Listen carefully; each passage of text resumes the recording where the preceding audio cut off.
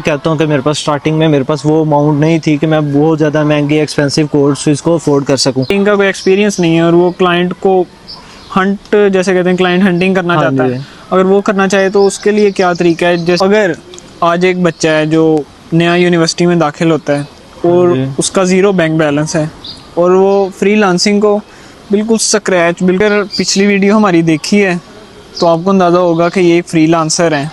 वैसे भी आपको मैं इस वीडियो में भी बता देता हूँ, ये एक फ्रीलांसर हैं एज अ कंटेंट राइटर और ग्राफिक डिज़ाइनर। इन्होंने बहुत सारे क्लाइंट्स का काम किया हुआ है और मैं आज इनसे एक ऐसी डिवाइस लेने जा रहा हूँ जो आपके लिए भी बहुत फ़ायदेमंद होगी।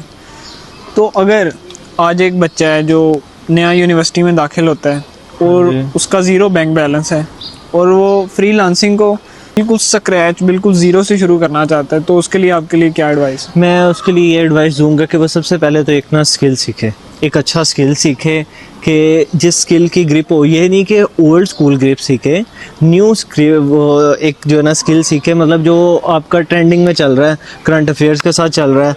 जैसे कि आपको भी इस चीज़ का इल्म होगा कि एआई इस टाइम पावरफुल स्किल है। एआई से रिलेटेड कोई भी चीज़ है ना, कंटेंट राइटिंग है, चाहे ब्लॉग राइटिंग है, या फिर वो आप ग्राफिक मतलब आपके डिज़ाइनिंग कर कहने रहे का हैं, मकसद है कि आप एआई को हर जगह, मतलब इन चीज़ों में यूज़ करें, हर चीज़ के अंदर यूज़ करें। एआई बेसिकली जो है वो आपके काम को आसान कर रहा है, क्विक कर रहा है आपके काम को और आपकी क्वालिटी बढ़ा रहा है।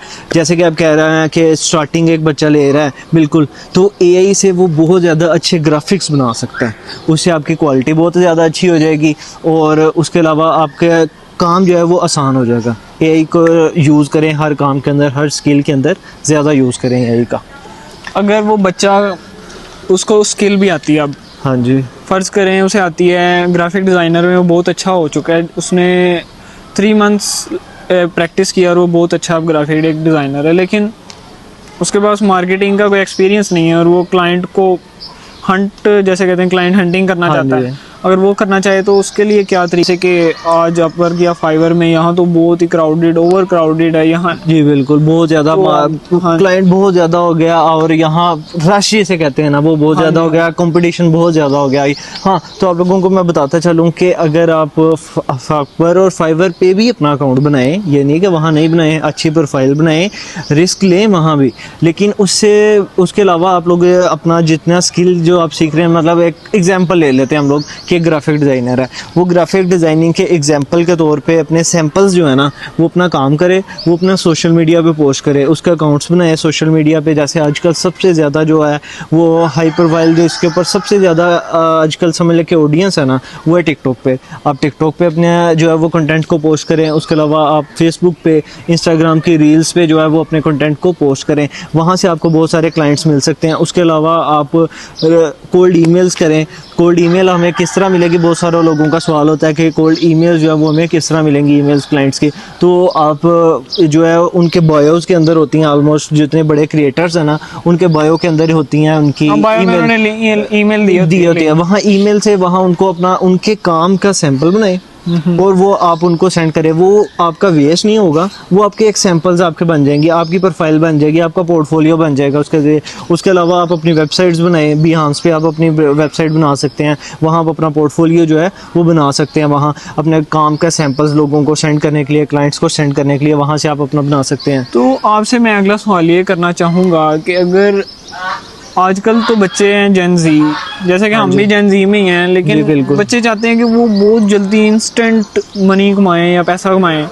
लेकिन आपका क्या ख्याल है कि ये स्किल सीखना, ये फ्रीलांसिंग करना, ये कोई 1 महीने का काम है या इसके लिए बहुत आपको मतलब 8-6 मंथ का एक पूरा प्रोसेस चाहिए?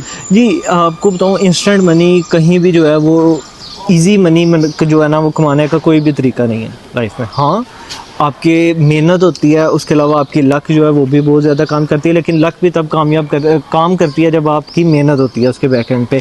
तो आपको मैं बेसिकली ये कहना चाहूँगा कि फ्रीलांसिंग जो है वो एक बहुत ज़्यादा सब्र रखने वाला, एक पेशेंट रखने वाला काम है और अपने स्किल को ग्रूम करना है आपने।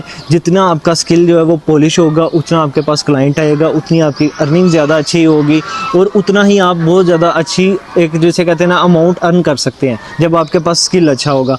इंस्टेंट कोई भी चीज़ नहीं आती, टाइम लगता है, हर चीज़ को सीखने में करने में टाइम लगता है। रातों रात ही अमीर कोई भी नहीं होता, एक टाइम लगता है, एक प्रोसेस होता है हर चीज़ को। उस प्रोसेस के अंदर हाँ ये आप कह सकते हैं कुछ लोग 2 महीने में बहुत ज़्यादा अच्छा सीख लेते हैं, कुछ 1 महीने में सीख लेते हैं, कुछ 6 महीने लग जाते हैं, कुछ को सालों लग जाते हैं।